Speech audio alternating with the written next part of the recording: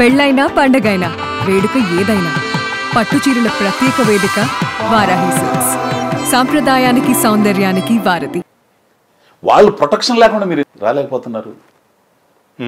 మీరు ఒంటికి వెళ్ళినా ముళ్ళ గన్లు పెట్టుకుని వీళ్ళందరూ పాపం కాపలా ఉంటేనే మీరు వెళ్తారు. మీకెందుకు అంత భయం? ఇప్పటికే కరెక్ట్ చేసేవాడికే భయాలు ఉండదు. తప్పు చేసేవాడికే కదా. అతను ప్రజాప్రతినిధిగా నువ్వు ఎట్లాంటి వాడైనా సరే ప్రొటెక్షన్ ఇవ్వాల్సిన బాధ్యత ఉంటుంది. నువ్వు చెప్పొచ్చు నాకెందుకు నాయన, మీరు మీ పనులు మీరు చేసుకుంటారు అనొచ్చు కదా. కొద్దో గొప్ప ఈ దేశంలో న్యాయ వ్యవస్థ ఉంది కాబట్టి కొంచెం గొప్ప మా సామాన్యుడు ఉండగలుగుతున్నాడు తప్పితే అందరూ దాని వంకే చూస్తున్నారు. దాని వంకే ఆ న్యాయ దేవత వంకే చూస్తున్నారు తప్పితే అక్కడ కూడా న్యాయం జరగకపోతే ఇంకేం లేదు. ఇప్పుడు కూడా పాపం పోలీసులు కూడా అంతే. పోలీసులు కూడా అటువైపే చూస్తున్నారు. మాకేంటరా బాబు ఈ కర్మని. ఏం చేస్తారు? నాకు నిన్న ఒక వంశీ అని ఒక కుర్రాడు కథ చెప్పాడండి. అందులో ఒక పాయింట్ చెప్పాడు. ఓ స్టేషన్కి సబ్ ఇన్స్పెక్టర్ వచ్చాడు, ఎస్ఐ వచ్చాడు. వాడిని అక్కడ ఉన్నోడు పంపించేశాడు. ఆ పాని అబ్బా నువ్వు సంతకం పెడితే ఉంటావు, లేదంటే లేదు, రేపు ట్రాన్స్ఫర్ అయిపోతాడు. పాని వెళ్ళిపోయాడు. నెక్స్ట్ వచ్చేవాడు కూడా అట్లానే చేసి ఆ పాని ఎంతమందిని మారుస్తాడు? ఎంతమందిని మారుస్తాడు? వాడు ఒక 5 ఏళ్ళు ఉంటే వాళ్ళు కంప్లీట్గా ఉంటే పోలీసులు కనుక అవును ఈ జరగవు, వీళ్ళు చేయలేరు, వాళ్ళ చేత తప్పులు చేయించలేరు. సో ఏదైనా నీతి తర్వాత వాళ్ళకుండే ఇబ్బందులు వాళ్ళకు ఉంటాయి. ఫాలో ది ఆర్డర్ అంతే. వాళ్ళు మనుషులే కదా. ఫాలో ది ఆర్డర్ అంతే. పై నుంచి నువ్వేం చెప్తే అది చేయాలి, తప్పదు. సో ఇవన్నీ చూస్తా బాధపడుతూ ఉన్నావు. ఇవన్నీ కూడా అంటే ఇదివరకు ఇలాంటి వాతావరణం ఎప్పుడన్నా కనిపించేదా నీకు? ఇంత దారుణంగా లేదబ్బా, ఇంత దారుణంగా లేదు. మీకు విషయం తెలుసు, నీకు తెలుసో లేదో, రాజకీయ నాయకులు అంటే మన చిన్నతనంలో కూడా ఒక వయసు ఉన్నోళ్ళు, ఒక పెద్దరికంతో ఉన్నోళ్ళు పంచగట్టు కట్టుకుని ఆయన ఎమ్మెల్యే ఆయన ఇది అనుకునేవాళ్ళు. ఆ వయసు ఉన్నోడికి ఏంటి జీవితం తెలుసు, సంసారం తెలుసు, కుటుంబం తెలుసు, బాధలు తెలుసు, ఉత్పత్తి ఎట్లా చేయాలి, సంసారంలో వచ్చే బాధలు ఏంటి, వాళ్ళని ఎట్లా పోషించుకుంటారు, వాళ్ళకి మార్గాలు ఏం చూపించాలి, పథకాలు ఏం పెట్టాలి, ఉత్పత్తి పెంచే మార్గాలు ఇవన్నీ ఆలోచిస్తాడు. సమాజం గురించి ఆలోచిస్తాడు. సాధక బాధకాలని తెలిసి ఉంటాయి కాబట్టి. ఇప్పుడేంటండి నాకేం అర్థం కదా, ఇట్లా యూత్ యూత్ యూత్ అంటారు. యూత్ అంతా వచ్చి కూర్చుంటే సరిపోయిద్దా? మరి ఎందుకున్నాడు మోడీ గారు అంత ముసలోడు? ఆలోచన విధానం విశాలంగా ఆలోచించగలగాలి కదా. అవును, చాలా విశాలంగా ఆలోచించగలిగిన వాళ్ళకి, ఆ అనుభవం ఉన్న వాళ్ళకి ఆ పదవి రావాలి. ఏం చేస్తే ఏమవుతుంది, ఎట్లా వెళ్ళాలి, ఎట్లా మంచి ఏంటి చెడు ఏంటి, తొందరపడితే ఏమవుతుంది, పర్యవసానాలు ఇవన్నీ ఆలోచించే కుర్రోళ్ళని తీసుకొచ్చి ఎందుకు బెటరండి? సో వీళ్ళు మాట్లాడుకునే భాష కూడా ఏంటి వ్యక్తిగతంగా ఎందుకండి అసలు?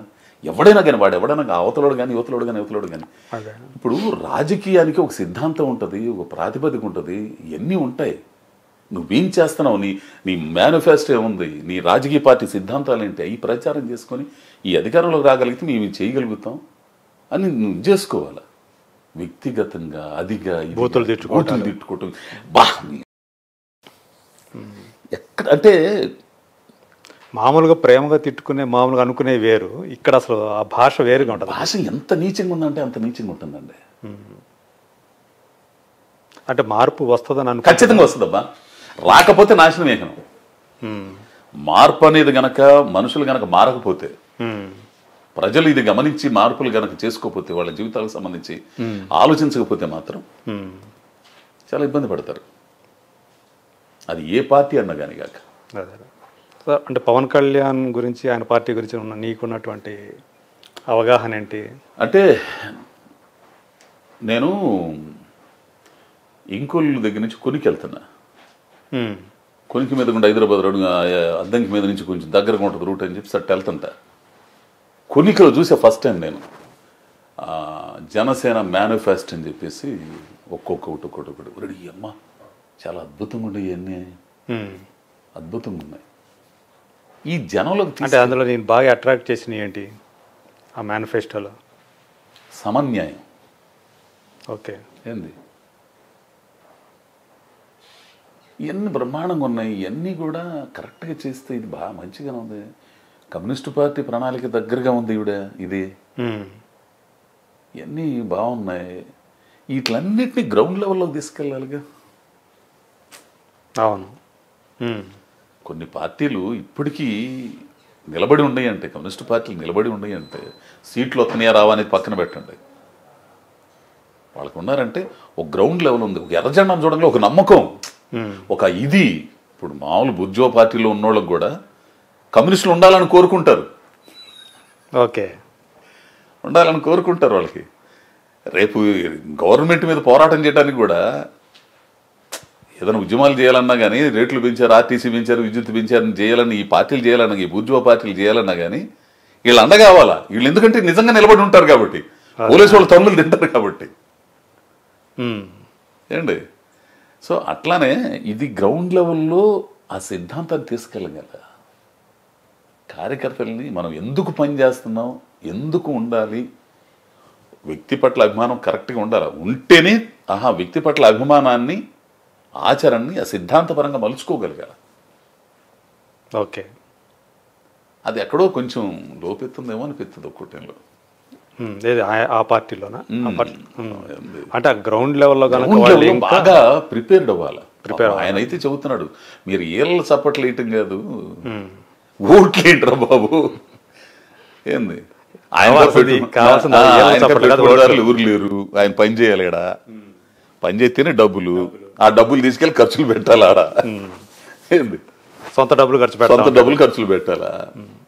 పాపం ఆయన ఏమైనా మొత్తం ఒరి ఇంత కష్టపడుతున్నాడు. మనకి ఇది కూడా మనం రాజకీయంగా ఎదగాలి. అసలు ఎందుకు పని చేయాలి ఆయన దగ్గర, ఏ పార్టీ అయినా కానీ మనం ఎందుకు పని చేస్తున్నాం, అవసరం ఏంటి, మనకి మన పని మనం చేసుకోవచ్చు కదా. అసలు అంటే ఒక పార్టీలో అవకాశాలు లేక ఇంకో పార్టీలో చేరదాం, ఆ పార్టీలో చేరితే ఏమైనా బెనిఫిట్ కలుగుతుందేమో, ఈ రకంగా చేరతారు. ఏ పార్టీ వచ్చినా కానీ ఉంటాయి, వలసలోనే ఉంటాయి, అటు ఇటు చేరటం ఉంటాయి, ఎన్ని ఉంటాయి. ఆ సిద్ధాంతాల మీద పనిచేసే ఇది కనపడట్లేదు ఎక్కడ కూడా. ఎక్కడైనా స్వార్థమే. సో అయితే ఈసారి అయితే మొత్తం ఈ 2024 ఎలక్షన్లకు సంబంధించి క్రియాశీలంగా అజయ్ ఘోష్ ఏమన్నా పనిచేసే అవకాశం ఉందా? క్రియాశీలంగా అంటే ఏదో చెయ్యాలని ఉంది, ఇంకా ఒక స్పష్టమైన దీనికి రాలేకపోయాను.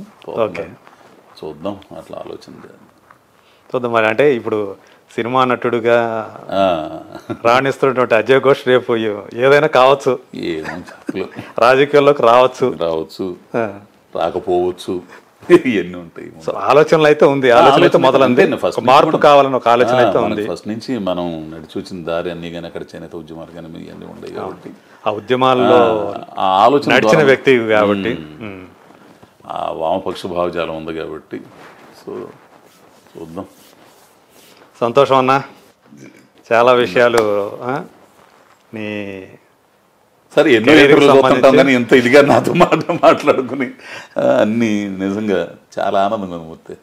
వృత్తిపరమైనటువంటి, వ్యక్తిగతమైనటువంటి, అట్లాగే నీ రాజకీయంగా, సామాజికంగా నీ భావాలు, అనుభవాలు ఇవన్నీ కూడా పంచుకున్నందుకు, మాతో ఎంతసేపు టైం వెచ్చించినందుకు thank you so much. Thank you.